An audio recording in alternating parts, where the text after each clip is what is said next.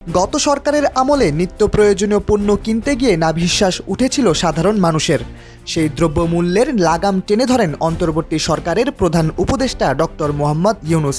আগেরবার রমজানেও প্রয়োজনীয় যেসব পণ্যের গায়ে হাত দেওয়া যেত না, এবার রমজানে তা বিক্রি হচ্ছে পানির দামে। এই দাম কমার ফলে জনমনে স্বস্তি ফিরেছে বলে মনে করেন প্রধান উপদেষ্টা ডক্টর মোহাম্মদ ইউনূস।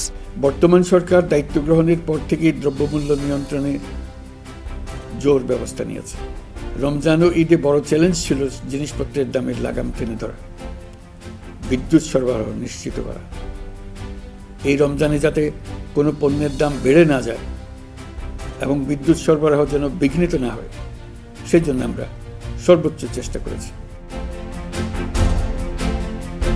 প্রধান উপদেষ্টা ডক্টর মোহাম্মদ ইউনূস বলেন, রমজান মাস জুড়ে সরবরাহ চেইনের প্রতিবন্ধকতা কঠোরভাবে প্রতিহত করতে সব ধরনের ব্যবস্থা আমরা নিয়েছি। দেশের সকল জায়গা থেকে খবর এসেছে যে এই রমজানে দ্রব্যমূল্য আগের তুলনায় কমেছে, জনগণ স্বস্তি পেয়েছে। দাম নিয়ন্ত্রণে এই প্রচেষ্টা চলমান থাকবে। মঙ্গলবার রাতে জাতির উদ্দেশ্যে দেওয়া ভাষণে এসব কথা বলেন প্রধান উপদেষ্টা।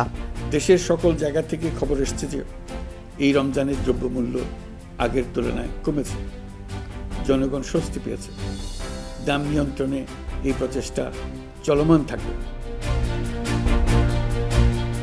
প্রধান উপদেষ্টা তার ভাষণে আরও বলেন, বর্তমান সরকার দায়িত্ব গ্রহণের পর থেকেই দ্রব্যমূল্য নিয়ন্ত্রণে জোর ব্যবস্থা নিয়েছে। রমজান ও ঈদে বড় চ্যালেঞ্জ ছিল জিনিসপত্রের দামের লাগাম টেনে ধরা, বিদ্যুৎ সরবরাহ নিশ্চিত করা। এ রমজানে যেন কোনো পণ্যের দাম বেড়ে না যায় এবং বিদ্যুৎ সরবরাহ যেন বিঘ্নিত না হয়, সেজন্য আমরা সর্বোচ্চ চেষ্টা করেছি। প্রধান উপদেষ্টার এই ভাষণে দ্রব্যমূল্য ছাড়াও সামনে এসেছে নির্বাচন, ঈদযাত্রা, গাজায় মুসলিম হত্যা, বাণিজ্যিকভাবে স্টারলিংক ইন্টারনেটের ব্যবহার।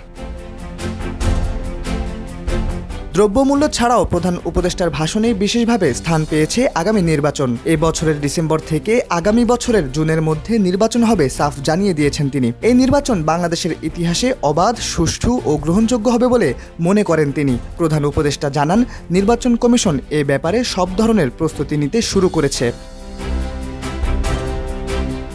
২৬ মার্চ ৪ দিনের সফরের জন্য চীন যাবেন প্রধান উপদেষ্টা। যাবার আগে ও ঈদের আগে এটি তার শেষ জাতির উদ্দেশ্যে দেওয়া ভাষণ। চীন সফরের তৃতীয় দিন বেইজিংয়ে চীনের প্রেসিডেন্ট শি জিনপিংয়ের সঙ্গে বৈঠক করবেন ডক্টর মোহাম্মদ ইউনূস। শাহরিয়ার আহমেদ, সময়ের আলো।